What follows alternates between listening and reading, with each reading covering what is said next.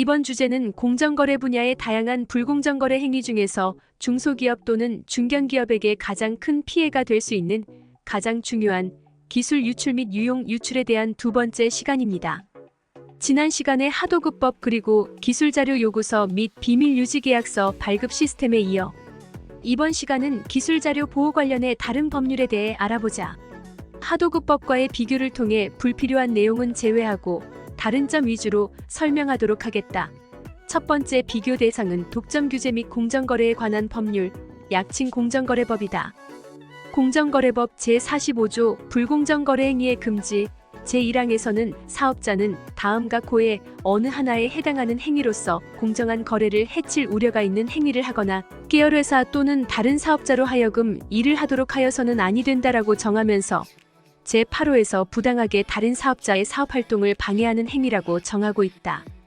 그리고 불공정거래 행위 심사 지침에 따르면 사업활동 방해의 4가지 유형 중에 하나로 기술의 부당이용을 정하고 있는데 다른 사업자의 기술을 이용하는 행위가 대상이 되면 이때 다른 사업자는 경쟁사업자에 한정되지 않는다. 또한 다른 사업자의 기술이란 특허법 등 관련 법령에 의해 보호되거나 비밀로 관리된 생산 방법, 판매 방법, 영업에 관한 사항 등을 의미한다라고 부연 설명하고 있다. 공정거래법은 하도급법의 내용만큼 구체적인 금지 또는 의무 규정을 가지지 않기 때문에 법 위반이 쉽게 발생하지는 않는 편이지만 반대로 보면 그만큼 법 적용에 있어 제한이 적다. 기술 유용, 유출 등의 피해로 공정거래위원회에 신고를 하려고 하는데 기업 규모, 영위업종 등의 기준이 충족되지 않아 하도급법 적용이 곤란한 경우에 공정거래법의 사업활동 방해로 신고하면 대부분 공정거래위원회의 조사로 이어진다고 보면 된다.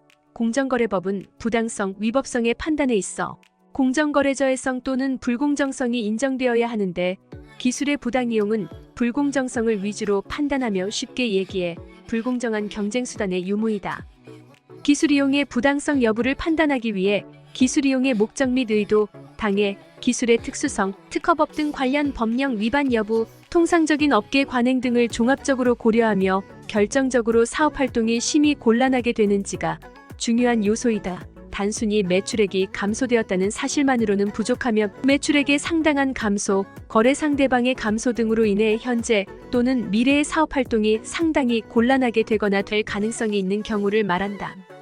정리해보면 공정거래법상 기술의 부당이용은 하도급법에 비해 구체적인 규정은 부족하나 법 제한의 대상이 거의 없고 법 위반 인정을 위해서는 불공정한 경쟁수단을 통한 사업활동에 심각한 피해가 있거나 있을 가능성이 있어야 한다는 특성이 있다고 할 수 있겠다. 다음으로 상생협력법을 알아보자. 상생협력법은 하도급법과 상당히 유사하다.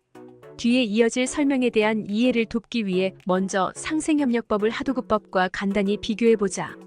상생협력법에서는 하도급법의 하도급 거래를 수위탁 거래로, 원사업자를 위탁업자로, 수급사업자를 수탁업자로 정의하며 두 법의 적용 대상이 상이하다. 하도급법의 적용 범위는 대분류 기준으로 건설, 제조, 수리, 용역 4개 분야로 구분되며 원사업자가 자신이 영위하는 업과 관련된 하도급을 자신과 동일한 업을 영위하는 수급사업자에게 줄 경우에 하도급법이 적용된다. 예를 들어 원사업자와 수급사업자의 영위업종이 동일하게 건설업에 해당되어야 건설하도급이 인정된다. 건설업자와 제조업자 간 제조하도급 인정 등의 예외도 있다. 또한 기업 규모에 대한 제한도 있는데 공정거래법상 상호출자 제한 기업 집단에 속하는 기업은 즉 대기업은 수급사업자가 될 수 없다. 한편 상생협력법의 경우 기업 규모에 대한 제한이 없으며 위탁업자와 수탁업자의 영위업종 일치가 요구되지 않는다. 상생협력법 제2조 정해 제4호에서는 수탁-위탁 거래란 제조, 공사, 가공, 수리, 판매, 용역을 업으로 하는 자가 물품, 부품, 반제품 및 원료 등의 제조, 공사, 가공, 수리, 용역 또는 기술 개발을 다른 중소기업에 위탁하고 제조를 위탁받은 중소기업이 전문적으로 물품 등을 제조하는 거래를 말한다라고 정의하고 있다. 본론으로 돌아와 기술 자료의 정의는 하도급법과 동일하다고 봐도 무방하다. 상생협력법 제2조 정해 제9호에서는 기술 자료를 물품 등의 제조 방법, 생산 방법, 그 밖에 영업활동에 유용하고 독립된 경제적 가치가 있는 것이라고 정의하고 있으면 하도급법에서는 기술 자료를 비밀로 관리되는 제조, 수리, 시공 또는 용역 수행 방법에 관한 자료, 그 밖의 영업활동에 유용하고 독립된 경제적 가치를 가지는 것이라고 정하고 있다. 얼핏 보면 상생협력법에서는 기술자료에 대한 비밀 관리성을 요구하지 않는 것으로 보이는데 상생협력법의 세부 지침인 수탁, 위탁거래 기술자료 제공 요구, 유용행위 심사 지침의 내용을 보면 비밀로 관리되는 자료로 기술자료를 정의하고 있다. 상생협력법의 세부 지침인 수탁, 위탁거래 기술자료 제공 요구, 유용행위 심사 지침과 하도급법의 세부 지침인 기술자료 제공 요구, 유용행위 심사 지침은 일부 용어만 다를 뿐 내용이 거의 동일하다. 그리고 상생협력법 제21조 2 비밀유지계약의 체결 제1항에서는 수탁기업이 위탁기업에 기술자료를 제공하는 경우 수탁기업과 위탁기업은 다음과 고의 사항을 포함하는 기술자료의 비밀유지에 관한 계약을 서면으로 체결하여야 한다라고 설명하고 있으며 제1호에서 제3호에서는 비밀유지계약서의 기재사항으로 해당 기술자료의 제공 목적 및 범위, 비밀유지, 의무의 내용, 계약 위반에 따른 손해배상에 관한 사항 3가지를 정하고 있고 추가로 동법 시행령에서는 기술자료의 명칭, 기술자료의 사용기간, 기술자료를 제공받아 도유할 임직원의 명단, 기술자료의 목적 외 사용금지, 기술자료와 관련된 권리귀속관계, 기술자료의 제공대가 및 지급방법, 기술자료의 제공 방법 및 일자, 기술자료의 반환, 폐기 방법 및 일자 8가지를 정하고 있다. 총 11가지이다. 하도급법과 비교해보면 하도급법에서는 기술자료 요구서와 비밀유지계약서를 구분하고 있는데 반해 상생협력법은 비밀유지계약서 1가지 서면만을 사용하고 있다.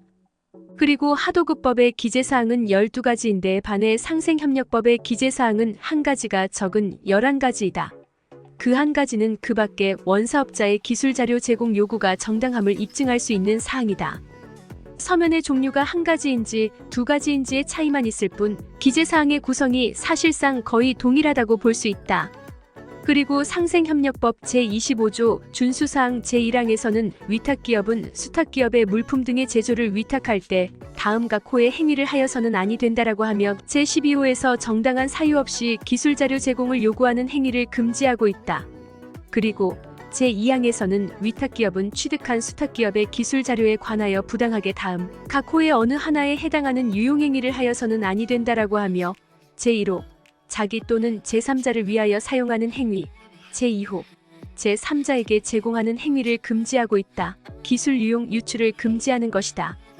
지금까지 상생협력법에서의 기술자료 정의, 비밀유지계약서 교부 체결, 정당한 사유 없는 경우에 기술자료 요구 금지, 기술자료 유용 및 유출 금지까지 배웠다. 앞서 정리한 하도급법의 내용과 거의 동일하기 때문에 따로 정리하지는 않겠다. 기술보호와 관련된 마지막 법률로 부정경쟁방지 및 영업비밀보호에 관한 법률, 약칭 부정경쟁방지법에 대해 알아보자. 부정경쟁방지법 제2조 정의 제1호에서는 부정경쟁행위란 다음 항목의 어느 하나에 해당하는 행위를 말한다라고 하면서 차목에서는 사업제한, 입찰, 공모 등 거래교섭 또는 거래 과정에서 경제적 가치를 가지는 타인의 기술적 또는 영업상의 아이디어가 포함된 정보를 그 제공 목적에 위반하여 자신 또는 제3자의 영업상 이익을 위하여 부정하게 사용하거나 타인에게 제공하여 사용하게 하는 행위, 다만 아이디어를 제공받은 자가 제공받을 당시 이미 그 아이디어를 알고 있었거나 그 아이디어가 동종업계에서 널리 알려진 경우에는 그러하지 아니하다라고 설명하고 있다. 또한 제2호에서는 영업비밀이란 공공연히 알려져 있지 아니하고 독립된 경제적 가치를 가지는 것으로서 비밀로 관리된 생산 방법, 판매 방법, 그 밖의 영업활동에 유용한 기술상 또는 경영상의 정보를 말한다라고 정의하면서 영업비밀 침해행위란 절취, 기망, 협박, 그 밖의 부정한 수단으로 영업비밀을 취득하는 행위 또는 그 취득한 영업비밀을 사용하거나 공개하는 행위, 계약관계 등에 따라 영업비밀을 비밀로서 유지하여야 할 의무가 있는 자가 부정한 이익을 얻거나 그 영업비밀의 보유자에게 손해를 입힐 목적으로 그 영업비밀을 사용하거나 공개하는 행위 등을 말한다고 설명하고 있다. 기술 자료의 정의에 대해 부정경쟁방지법과 하도급법, 상생협력법을 비교해 보았을 때 비밀관리성과 경제적 가치 또는 유용성이라는 충족조건 측면에서 거의 유사한 것으로 보인다. 그런데 부정경쟁방지법의 보호 대상인 영업비밀이 되기 위해서는 한 가지 조건이 더 필요하며 그것은 비공지성이다.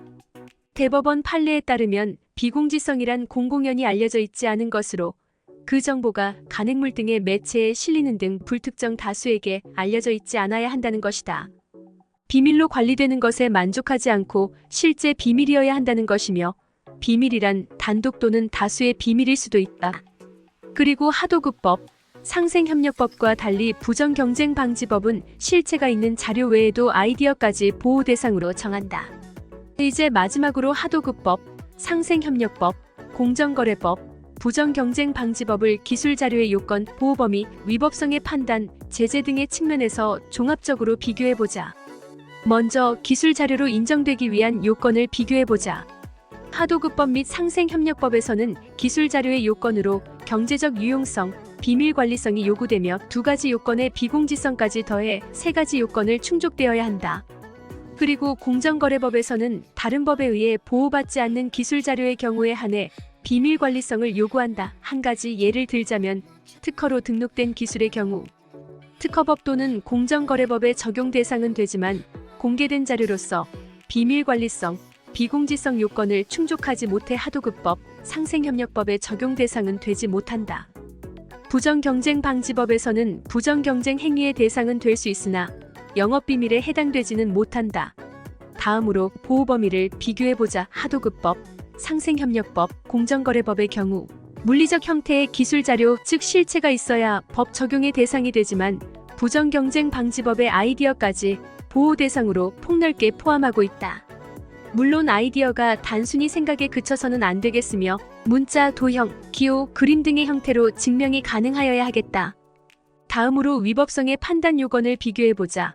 하도급법 및 상생협력법은 의무 및 금지 사항을 구체적으로 정하고 있는 행위규제 방식의 법이기 때문에 정해진 기간 내에 법정 기재사항이 모두 기재된 서면을 발급하지 않을 경우 별도의 위법성 판단 없이 법 위반으로 인정된다.